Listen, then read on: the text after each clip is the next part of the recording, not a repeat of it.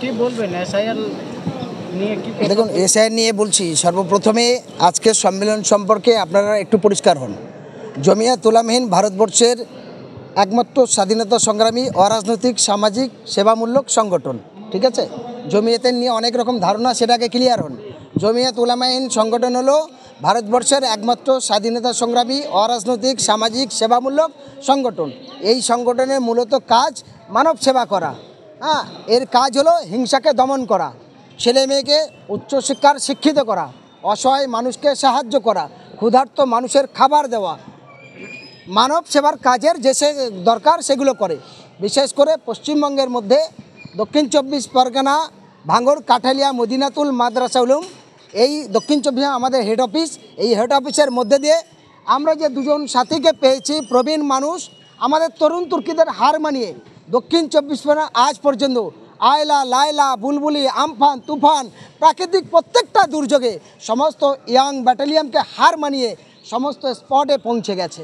কখনো তিরপল, কখনো খাবার, কখনো অসহায় মানুষের ঘর, কখনো কন্যাদায়, কখনো অসুস্থ মানুষ চিকিৎসা করতে পারছে না, কখনো মানুষ মিথ্যা কেসে ফেঁসে গেছে, তার উকিল নেই। আমরা হুজুরদের সহযোগিতায় সেই পর্যন্ত আইনি পরিষেবা দিয়েও তাদের বাঁচানোর চেষ্টা করেছি। সেই অর্থে সেবামূলক কাজের জন্য এগিয়ে গেছি। আলহামদুলিল্লাহ, দক্ষিণ 24 পরগনা ব্লকে প্রায় প্রত্যেকটা ব্লকে আমাদের জমিয়াত উলামায়েদের সংগঠনের কাজকর্ম চলছে। আগামী দিনে 2 নভেম্বর বা 8-9 নভেম্বর কলকাতায় একটা বড় মহা ঐতিহাসিক সমাবেশ হতে চলেছে, যেখানে মক্কা মদিনার ইমাম সাহেব থাকবেন, সর্বভারতীয় জমিয়াত উলামায়েদের সভাপতি আপনারা জানেন হযরত মাওলানা আরশাদ মাদানী সাহেব বরকাতুহু, এবং আরও অন্যান্য ওলামা কেরাম সবাই থাকবেন।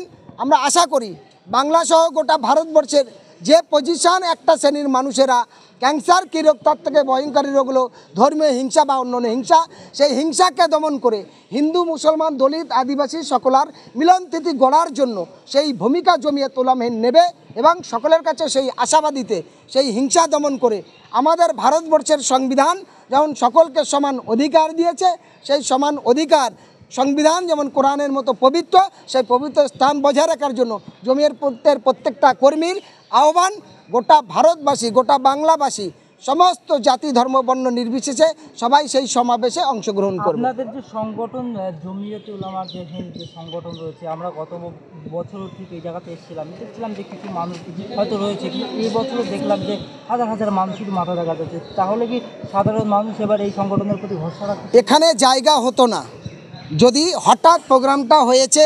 আর আজ জুম্মার দিন, আপনারা জানেন সমস্ত এলাকায় ব্যস্ত থাকে, যার কারণে সবাই আগে থেকে প্রোগ্রাম সেটিং থাকে। এটা তড়িঘড়িভাবে অল্প সময়ে সিদ্ধান্ত হয়েছে এবং জুম্মার দিনের কারণে তাও আজকের উচ্চে পড়া ভিড়, এখানে সে মতো জায়গা, সেই মতো পরিষেবা মতো জায়গা হয়নি।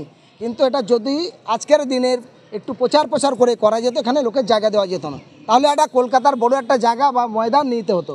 এরকম একটা পজিশন গোটা জেলা জুড়ে মানুষের মধ্যে আছে। ঠিক আছে, এসআইআর যে লাগু আপনি দেখছেন পশ্চিমবঙ্গে লাগু হবে या চলবে, এটা তো ডিক্লেয়ার বারবার দেখছেন কি ডিক্লেয়ার হচ্ছে, তো এটাকে কীরকম দেখছেন?